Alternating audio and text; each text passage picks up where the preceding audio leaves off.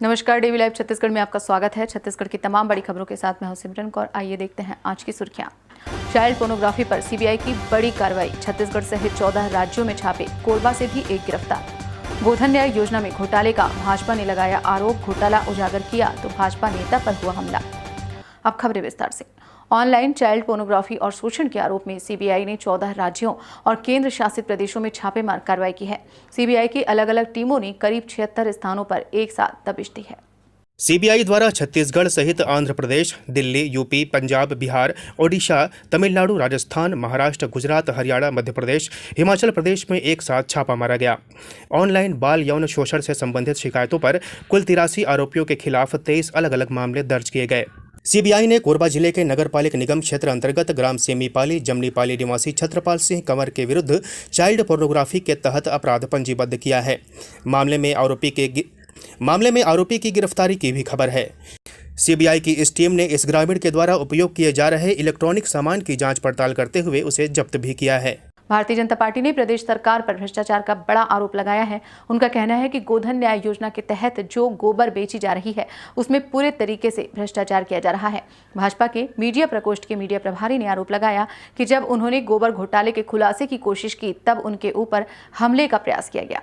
भाजपा के RTI cell के पत्रकार वार्ता में बताया गया कि बीते दिनों बीजेपी आरटीआई प्रदेश संयोजक के द्वारा गोधन न्याय योजना के तहत सरकार द्वारा खरीदे गए गोबर के पैसे के वितरण से संबंधित आरटीआई लगाया गया। बीजेपी प्रदेश प्रवक्ता संजय श्रीवास्तव ने बताया कि गोबर घोटाले के हो रहे खुलासे से गुस्साए लोगों ने बीजेपी आरटीआई प्रकोष्ठ के मीडिया प्रभारी जयराम दुबे के ऊपर उनके कार्यालय पर हमला किया गया और अश्लील गालियां भी दी गई।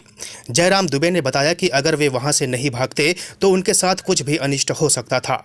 उन पर हमला करवाया जा रहा है असामाजिक तत्वों के माध्यम से। कल कोटा पे जिस तरीके से इनके ऊपर हमला किया गया, यदि अपनी जान नहीं बचाते तो शायद इनके ऊपर क्या होता क्या नहीं होता। आज हमने रिपोर्ट भी लिखवाई हमारे साथियों ने। हम सरकार में यह मांग करते हैं कि सरकार में यदि थोड़ी भी नैतिकता है तो उसकी जांच कराए और ईमानदारी से जांच कराए, और जांच कराकर जो दोषी हैं, वैसे तो हमारा आरोप यह है कि इसमें सरकार भी संलग्न है, सरकार के जो नुमाइंदे हैं वो भी इसमें संलग्न है, लेकिन फिर भी एक व्यवस्था जो है शासन की, उसके अंतर्गत सरकार उसकी जांच कराए और दोषियों के खिलाफ में कड़ी से कड़ी कार्रवाई करे। और साथ ही साथ जयराम दुबे जी के ऊपर जो हमला हुआ है, उन असामाजिक तत्व तथा कथित जो कांग्रेसी हैं उनके खिलाफ में भी कार्रवाई करे। संजय श्रीवास्तव ने बताया कि गोधन न्याय योजना के तहत जो भ्रष्टाचार हो रहा है उसकी भारतीय जनता पार्टी के द्वारा जांच की जाएगी।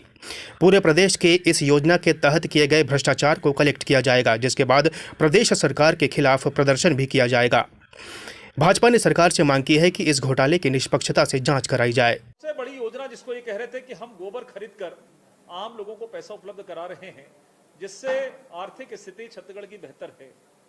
हमें लगातार सूचनाएं प्राप्त हो रही थी कि इस गोधन योजना के नाम पर ये सरकार भ्रष्टाचार कर रही है।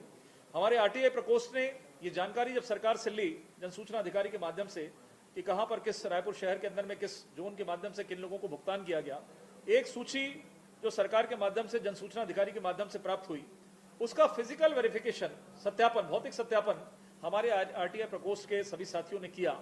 और बड़े दुर्भाग्य के साथ में कहना पड़ रहा है कि गोबर खरीदी में भी ये सरकार भ्रष्टाचार कर रही है। खादी और ग्रामोद्योग आयोग भारत सरकार के मध्य क्षेत्र के सदस्य जयप्रकाश गुप्ता छत्तीसगढ़ के प्रवास पर हैं। इस दौरान उन्होंने प्रदेश में खादी और ग्रामोद्योग आयोग के द्वारा संचालित विभिन्न कार्यक्रमों की समीक्षा की।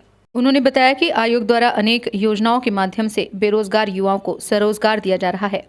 वोकल फॉर लोकल, और उसका सही केंद्र बिंदु यदि देखे जाए तो हमारा खादी ग्राम उद्योग है। इससे आप तो देखिए, अभी ऐसा है कि छत्तीसगढ़ में जो आर्टिजन्स हैं हमारे, जो कस्बों में रहते हैं, उन लोगों को, क्योंकि उनकी जो बनाई हुई चीज़ों को मार्केटिंग प्रदान करना, उनको रोजगार उपलब्ध करना गाँव के अंदर में, इसमें जैसा खादी के साथ में ग्राम उद्योग।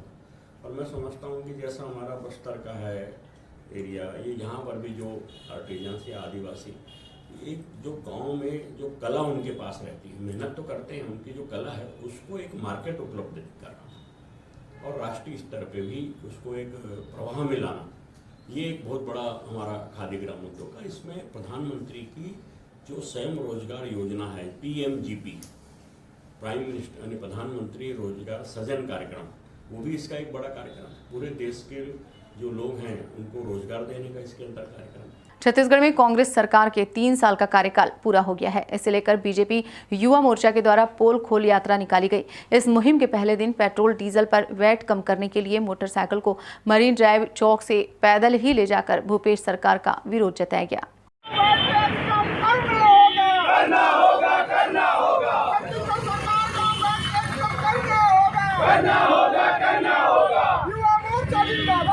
आज हमने मोटरसाइकिल की पदयात्रा निकाली।